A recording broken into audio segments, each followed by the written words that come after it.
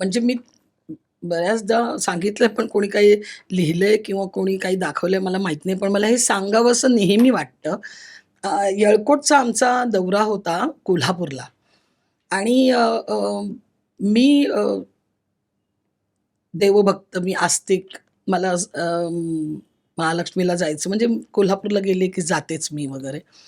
आणि मला कळेना की आता मी एकटे किती वर्षांपूर्वी गं? 93 ना? 93 मध्ये आपण गेलो होतो 93, कोल्हापूरला. हां. 93. मग तेव्हा आणि म्हटलं आता कशी मी एकटीच जाऊ तिकडे, कारण अ, सगळ्यांना माहिती आहे की माझी मैत्रीण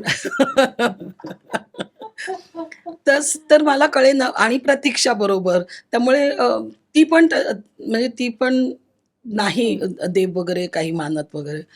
सो मला कळेना की आता मी एकटी कशी जाऊ देवळात आणि माझी चलबिचल चालू होती.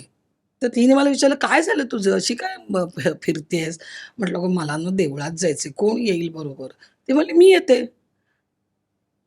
तर म्हटलं, "अगं पण तू तर नाही ना मानत वगैरे?" ती म्हणाली, "हो, देव नाही मानत. मी तुला मानते ना मैत्रीण म्हणून. मी तुझ्याबरोबर येईन. तू देवाची पूजा कर. मी काही देऊळ बघेन, हां. बाहेर काही वास्तुशिल्प बघेल. वास्तुशिल्प बघेन." मला आत्ताही काटा आला. मला असं झालं, की यार उगाचच आव आणून काहीतरी, की मी नाही देव मानत आणि मी नाही अमकं असं करण्यापेक्षा ती माणूस मानतेय ना. मग हे खूप छान आहे. म्हणजे जेव्हा तिचं लग्न झालं तेव्हाही तिने तेच केलं. ती राणाजींच्या प्रेमात होती. सो त्यांच्याकडे जे काही सगळे रिच्युअल्स आहेत ते सगळे तिने केले.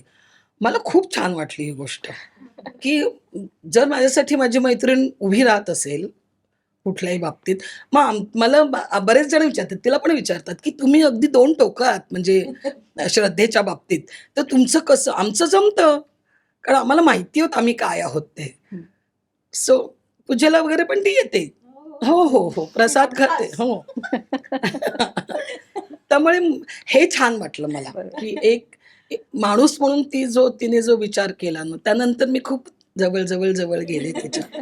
आणि आम्ही तिघी, प्रतीक्षा हं, ही आणि मी, हं. आम्ही तिघी आता किती 92 साली हे झालंय. त्यानंतर आम्ही ठरवून दर 6, खरं तर 3 महिने, हां. पण तरी अगदी स्ट्रेच झाले तरी 6 महिन्यातून एकदा आम्ही तिघी भेटतो. भेटतोच. कुठेतरी जेवतो, कुठेतरी गप्पा मारतो, कोणाच्या तरी घरी भेटतो. हो. पण ते भेटणं कायम ठेवलेलं आहे आम्ही.